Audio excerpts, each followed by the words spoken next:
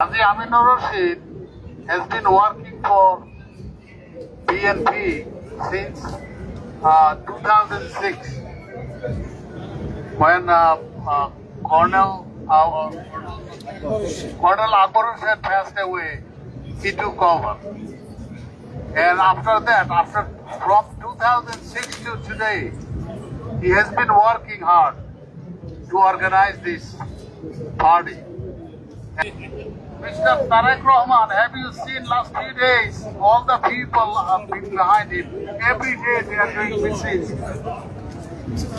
for restoration of his nomination. And again, I will request Mr. Tareq Rahman to dig down and find out who is the real nominee, who is the perfect nominee for Kumilla 6. It was a mistake. Thank you very much. God bless you. রহিম সাংবাদিক ভাইদের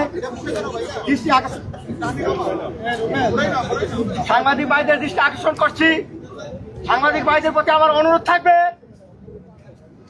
10 আসন থেকে এনে 6 আসনে যাকে মনোনয়ন দেওয়া হইতেছে, আপনাদের মাধ্যমে তারেক রহমান সাহেবকে আমি অনুরোধ রাখবো কুমিল্লাবাসীর পক্ষ থেকে যে তাকে ইয়াসিন সাহেবকে আবারও ইয়াসিন সাহেবকে মসজিদ 6 আসনে নমিনেশন দেওয়া হোক। অন্যথায় কুমিল্লাবাসী যতক্ষণ পর্যন্ত ইয়াসিন সাহেবকে মনোনয়ন না দেওয়া হবে ততক্ষণ পর্যন্ত কুমিল্লাবাসী অব্যাহত রাখবে মানববন্ধন। Thank you. আপনারা জানেন কুমিল্লার অত্যন্ত প্রিয় ব্যক্তিত্ব, এবং শুধু কুমিল্লার নয় সারা বাংলাদেশে জাতীয়তাবাদী দলের এমন একজন ব্যক্তি খুঁজে পাওয়া যাবে না, আরেকজন ইয়াসিন খুঁজে পাওয়া যাবে না যার কোন রকমের তার চরিত্রের মধ্যে না আছে টেন্ডারবাজি, না আছে দাগা দখল, না আছে কোনো চাঁদাবাজির কোন উদাহরণ তার মধ্যে নাই। কিন্তু দীর্ঘদিন আজকে 20টা বছর যিনি কুমিল্লাকে এক এক করে গড়ে তুলছেন, কুমিল্লার আজকে যে পরিস্থিতি আপনারা নিশ্চয়ই অনেকে জানেন, কুমিল্লার প্রতিটা মানুষের রক্তক্ষরণ হচ্ছে। আপনারা প্রতিটা এলাকাতে খবর নেন, কুমিল্লার প্রতিটা মানুষ শুধু একই কথা বলছে, কি হইলো, কিভাবে হইলো।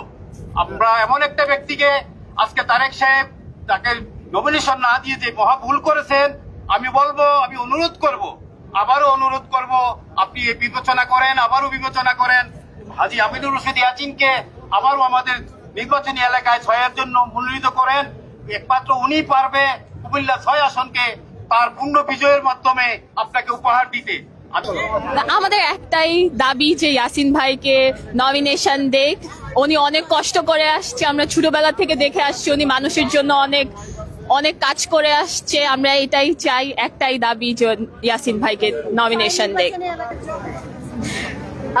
আমরা চাই কুমিল্লা 6-এ ইয়াসিন ভাইকে নমিনেশন দেয়া হোক এবং মনিরুল হক চৌধুরীর নমিনেশন প্রত্যাখ্যান করা হোক।